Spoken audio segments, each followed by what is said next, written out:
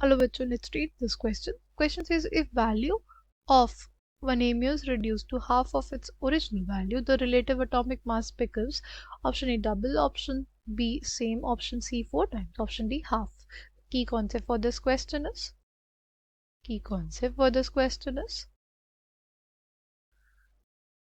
1 AMU, 1 atomic mass unit की अगर बात करें वो क्या होता है 1/12 into mass of an carbon atom, mass of a carbon atom, mass of a carbon C12, right. C, जो हमारे पास कार्बन का C12 आइसोटोप होता है, 12 आइसोटोप जो होता है कार्बन का, सपोज उसका मास 12 है, ठीक. अब जो उसका मास अगर 12 है तो अगर हम इसको 12 ही टुकड़ों में तोड़ते हैं तो एक हिस्से का मास कितना हो जाएगा हमारे पास, एक पार्ट का मास कितना हो जाएगा 1 हो जाएगा. सपोज ये टोटल कितना था 12 kg, तो अगर उसको हम 12 टुकड़ों में तोड़ दें, उसको हम लोग 12 टुकड़ों में तोड़ दें तो एक का मास कितना हो जाएगा, एक का मास 1 kg हो जाएगा, ठीक. ऐसे ही समझते हैं कि अगर हमारे पास एटॉमिक मास एक कार्बन एटम का कितना है, एक कार्बन एटम का 12 ले रहे तो इस हिस्से का इसके 1/12 का मास कितना हो जाएगा 1 AMU. कितना हो जाएगा 1 AMU. 1 AMU is 1/12 the mass of carbon atom. ठीक है, एक कार्बन एटम का जो भी मास होगा उसका 1/12 हिस्सा किसके बराबर होता है 1 AMU के. ठीक है, जब भी हम एटॉमिक मास लिखते हैं, सपोज ऑक्सीजन का लिखते हैं,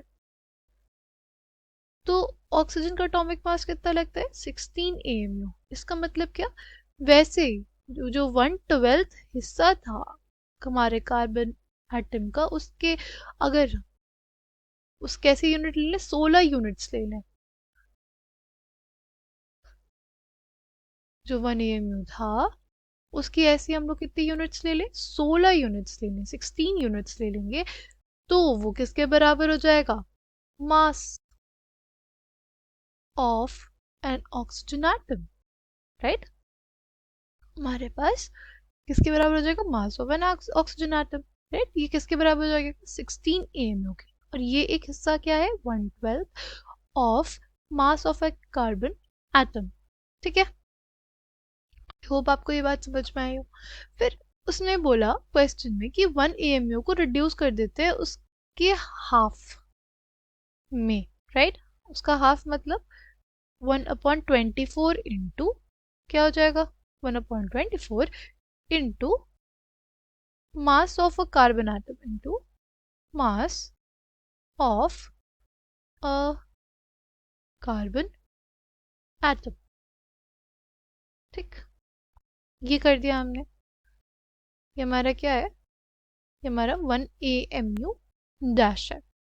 ठीक है, अच्छा, अगर हम लोग ऐसे इन जनरल बात करते कि मास ऑफ कार्बन एटम किसके बराबर होगा, मास ऑफ अ कार्बन एटम किसके बराबर होगा, ठीक है, तो वो हमारे पास देखो हम लोग जानते हैं, रिलेट कर सकते हैं कि mass by atomic mass, mass by atomic mass is equals to number of particles. Number of particles कितना लेना है, एक, राइट, बाय अवोगाड्रोस नंबर, ये रिलेशन होता है. तो mass of a carbon atom will be equals to atomic mass कितना रहेगा कार्बन का 12, 12 बाय Na के बराबर हो गया, 12 बाय Na के बराबर हो गया. मास ऑफ अ कार्बन एटम किसके बराबर हो गया 12 बाय Na के बराबर. तो मास ऑफ कार्बन एटम लिख दें यहाँ पे 1/24 इंटू 12 बाय Na, क्या आ जाएगा हमारे पास 1/2Na. देखो पहले कितनी थी 1 AMU की वैल्यू, पहले होती थी 1/12 इंटू 12 बाय Na. ठीक है, ये क्या हो गया 1/Na, ये हो गया 1, ये हो गया 2, 1 से 2 डिवाइड कर देता है, राइट. तो क्या गया 1 AMU dash by 1 m is equals to 1 upon 2 na by 1 upon na. ठीक, क्या हो जाएगा हमारे पास, क्या हो जाएगा na by 2na.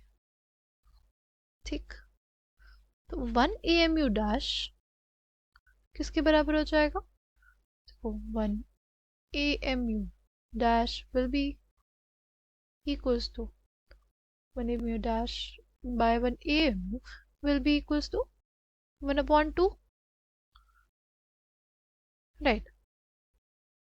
So 1 amu dash यानी relative atomic mass unit क्या हो जाएगी 1 upon 2 into 1 amu. Original value का कितना हो जाएगा, हाफ.